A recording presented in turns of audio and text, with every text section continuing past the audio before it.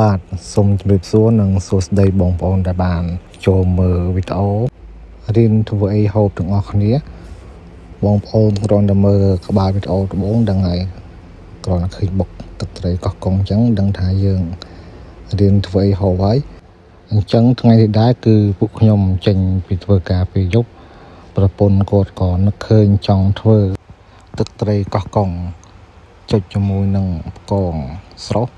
ឥឡូវយើងកំពុងតែចាប់ផ្ដើមធ្វើទឹកត្រីកោះកុងដាក់ក្រូចឆ្មាប្រហែលជា2ឬក៏3ផ្លែហ្នឹងតាមចំណូលចិត្តរបស់យើងទៅអញ្ចឹងសម្រាប់បងប្អូនចង់ដាក់4-5ផ្លែក៏បានតាមបងប្អូនចូលចិត្តតែសម្រាប់ប្រពន្ធខ្ញុំគាត់ដាក់តែ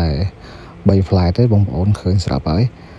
អញ្ចឹងបន្ទាប់ពីយើងច្បាច់ក្រូចឆ្មាចុះហើយគឺយើងកូរដើម្បីឲ្យវាសព្វជាមួយនឹង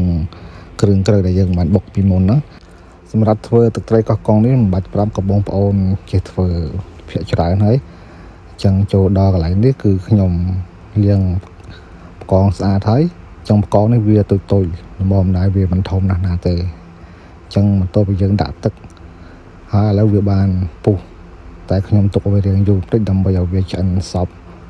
ព្រោះអីខ្ញុំឥឡូវនេះមិនសូវជាចំណូលរបស់ឆៅប្រហែលទេឥឡូវបន្ទាប់ពីយើងស្រុះវាបានរយៈពេលប្រហែលជារៀងយូរក្រៅដែរហើយឥឡូវខ្ញុំបានដួសដាក់ចាន